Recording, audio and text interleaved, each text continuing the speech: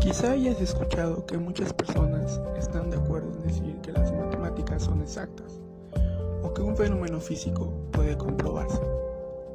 Pero también has observado que en hechos sociales que se analizan por televisión existen contradicciones en los juicios de las personas que opinan.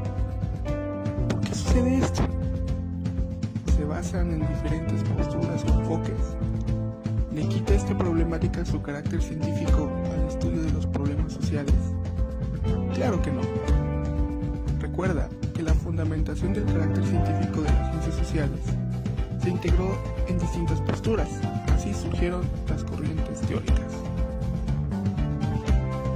El positivismo, fundada por Augusto Comte, quien era discípulo de Saint-Simon, se caracteriza por dar una explicación causal de los hechos, el predominio del método experimental y el matiz predictivo del conocimiento con el fin de dominar la naturaleza.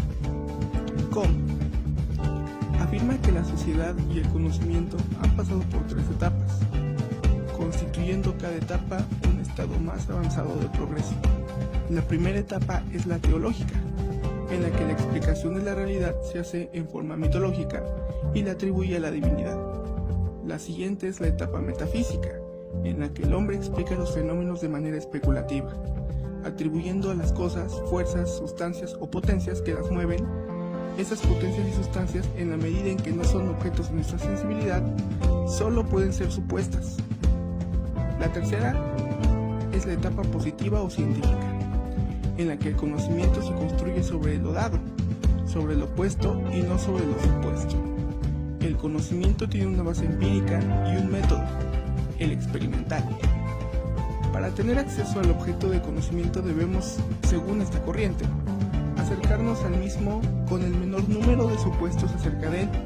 De lo contrario, corremos el riesgo de no ser objetivos en nuestra explicación del mismo.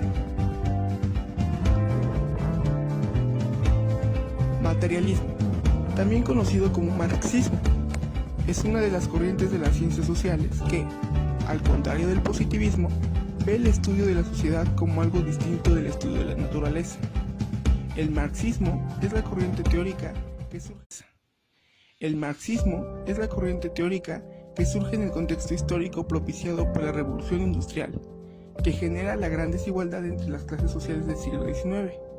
El marxismo se nutre de las teorías de los socialistas utópicos, como Claude Henry de Saint-Simon, Carlos Fourier y Robert Owen, que propusieron diversas medidas para disminuir o erradicar la pobreza y la explotación en que se encontraban sometidas grandes masas de la población.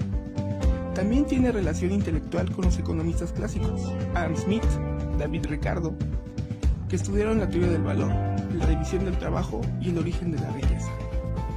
Como ya se mencionó, el positivismo y el marxismo recuperan la discusión en torno de la ciencia, apegándose el positivismo a la concepción causalista o galileana y el marxismo a la concepción aristotélica o teleológica. Teoría comprensiva.